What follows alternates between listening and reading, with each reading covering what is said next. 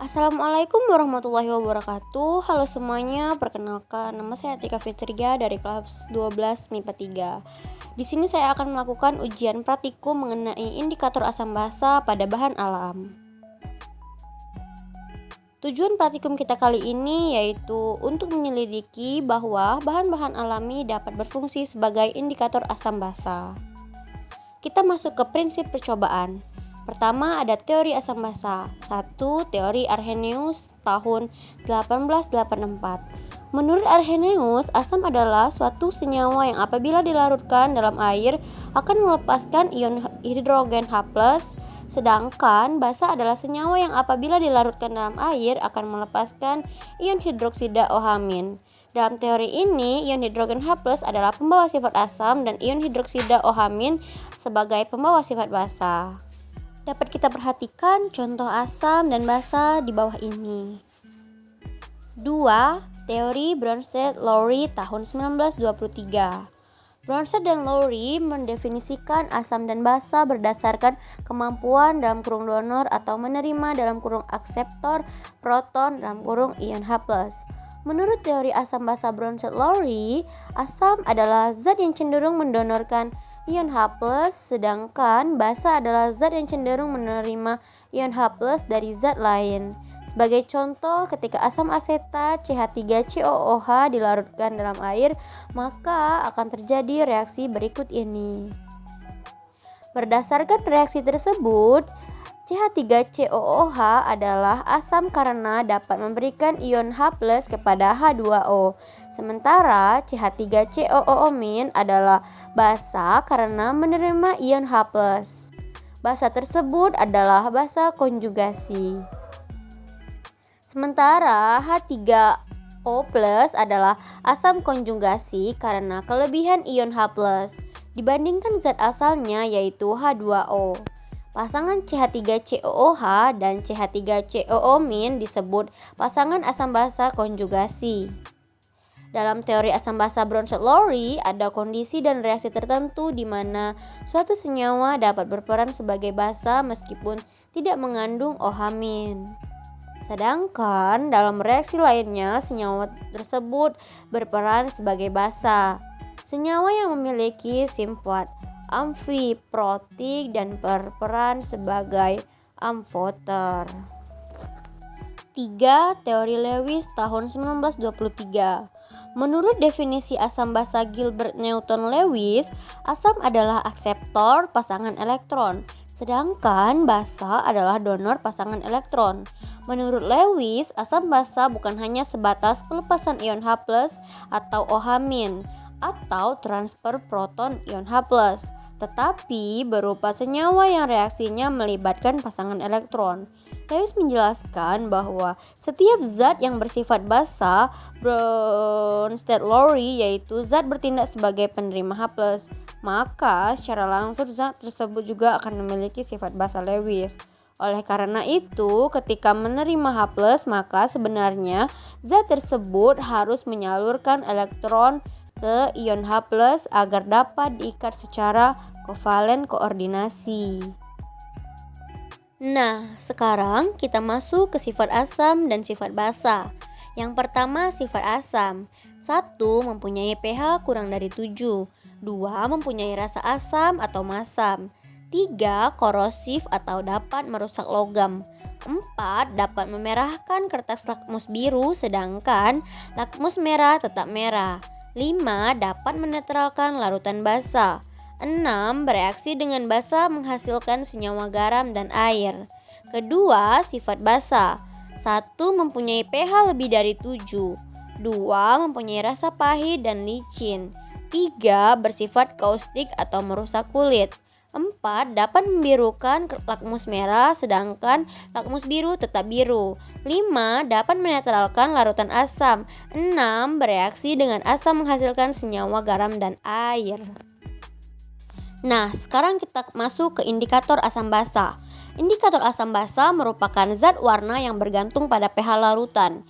Indikator asam basa bisa diartikan sebagai zat yang dapat menunjukkan sifat asam, basa, dan netral pada suatu larutan. Indikator warna asam basa bisa menunjukkan warna berbeda pada larutan asam dan basa.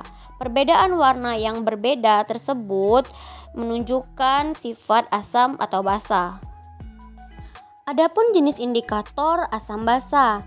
Yang pertama, kertas lakmus. Kertas lakmus berupa kertas lakmus merah dan kertas lakmus biru. Kedua, indikator alami asam basa, yaitu contohnya wortel, kunyit, kol ungu, kembang sepatu, dan masih banyak lainnya. Ketiga, indikator larutan asam basa, yang contohnya fenolftatein, metil merah, metil jingga, dan bromtimol biru. Yang keempat ada pH meter, dan yang kelima indikator universal asam basa. Indikator alami asam basa. Indikator asam basa dari tanaman ini disebut indikator alami, seperti indikator alami asam basa dari kunyit atau indikator alami asam basa wortel. Tidak semua tanaman bisa dijadikan indikator alami asam basa. Salah satu syarat tanaman bisa dijadikan indikator alami asam basa adalah adanya perubahan warna apabila ekstraknya diteteskan oleh larutan asam atau basa. Nah, sekarang kita masuk ke alat dan bahan. Yang pertama ada alat.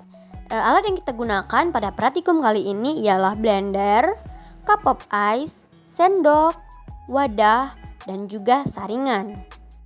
Adapun bahan yang kita gunakan pada praktikum kali ini ialah daun pepaya, bunga bonjenville, ubi ungu, air, deterjen, dan cuka. Kita masuk ke cara kerja. Pertama, potong ubi ungu menjadi kecil-kecil.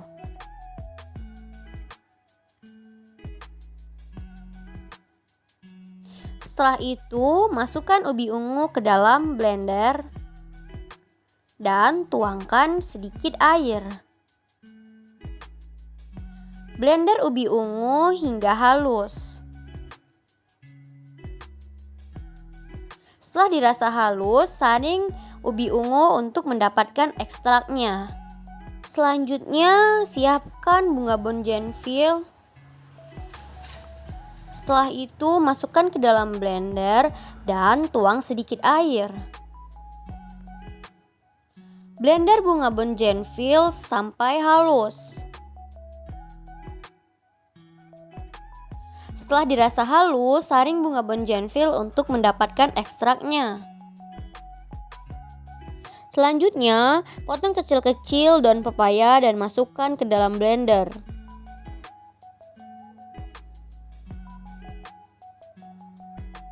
Tuangkan sedikit air, lalu blender daun pepaya tersebut hingga halus. Setelah halus, saring daun pepaya untuk mendapatkan ekstraknya. Selanjutnya kita larutkan 1 bungkus deterjen dengan takaran 1 bungkus deterjen dan 1 gelas air. Beri nama pada masing-masing gelas yang telah kita siapkan. Selanjutnya, masukkan ekstrak ubi ungu dengan takaran 2 sendok makan ke dalam wadah yang telah kita siapkan. Masukkan juga ekstrak bunga bonjenville ke dalam wadah yang telah kita siapkan dengan takaran 2 sendok makan. Masukkan juga ekstrak daun pepaya ke dalam wadah yang telah kita siapkan dengan takaran 2 sendok makan. Selanjutnya, setelah bahan siap, kita masukkan larutan basa atau larutan air deterjen ke dalam masing-masing ekstrak yang telah kita siapkan dengan takaran 2 sendok makan. Setelah itu, masukkan juga larutan asam atau air cuka ke dalam masing-masing ekstrak yang telah kita siapkan dengan takaran 2 sendok makan. Aduk larutan hingga tercampur. Setelah tercampur, amati dan catat perubahan warna dalam tabel hasil pengamatan. Nah, kita telah melakukan praktikum dengan memakai ekstrak bahan alam yang ubi ungu semulanya berwarna ungu, bunga bonjenville semula berwarna merah tua, dan daun pepaya semula berwarna hijau biasa. Selanjutnya, kita amati setelah ekstrak bahan alam tersebut ditetesi oleh larutan asam dan basa, pasti mengalami perubahan warna, tetapi ada yang mencolok, ada juga yang tidak mencolok. Seperti terdapat pada ubi ungu, setelah ditetesi oleh air deterjen, dia berubah menjadi ungu lebih tua atau ungu pekat kehitam-hitaman. Sedangkan setelah ditetesi oleh larutan cuka atau larutan asam, ubi ungu berubah warna menjadi warna merah. Adapun bunga bongenville semula warna merah tua, setelah ditetesi oleh air deterjen berubah menjadi warna merah biasa. Dan setelah ditetesi oleh cuka berubah warna menjadi merah muda. Pada bunga bongenville perubahan warna tidak terlalu mencolok, atau bisa dikatakan dia berubah warna hanya sedikit saja. Yang terakhir ada ekstrak dari daun pepaya yang semula berwarna hijau biasa, setelah ditetesi oleh air deterjen berubah menjadi hijau tua. Dan setelah ditetesi oleh cuka berubah menjadi hijau muda. Dan inilah produk hasil dari praktikum kita kali ini. Dapat kita lihat terjadi perubahan warna dari masing-masing ekstrak bahan alam tersebut. Nah, sekarang kita masuk ke jawaban pertanyaan. Soal pertama, bagaimana perubahan warna yang terjadi pada masing-masing ekstrak alami yang diuji? Perubahan warnanya mencolok atau tidak perubahan warnanya? Perubahan warna terjadi di semua ekstrak dan yang paling mencolok adalah ekstrak ubi ungu dan daun pepaya. Ekstrak ubi ungu yang semula berwarna ungu setelah ditetesi cuka berubah warna menjadi merah muda. Dan setelah ditetesi deterjen berubah warna menjadi ungu tua. Bunga bongenville semula berwarna merah tua, setelah ditetesi cuka berubah warna menjadi merah muda, dan setelah ditetesi air deterjen berubah warna menjadi merah biasa. Dan yang terakhir, daun pepaya semula berwarna hijau biasa, setelah ditetesi oleh cuka berubah menjadi hijau muda, dan setelah ditetesi air deterjen berubah menjadi hijau tua. Soal kedua, adakah dari ekstrak yang diuji tersebut dapat membedakan larutan asam dan basa? Mengapa demikian? Ada, dikarenakan ketiganya berubah apabila ditetesi oleh cairan cuka dan larutan deterjen, yang mana merupakan syarat yang harus dipenuhi bahan alam agar bisa dijadikan sebagai indikator penunjuk asam atau basa. Soal ketiga, jika dikaitkan dengan karakteristik indikator asam basa, karakteristik yang bagaimana yang harus dipenuhi oleh ekstrak bahan alam? Bahan-bahan yang dapat menjadi indikator asam basa berasal dari tumbuhan yang memiliki warna yang mencolok.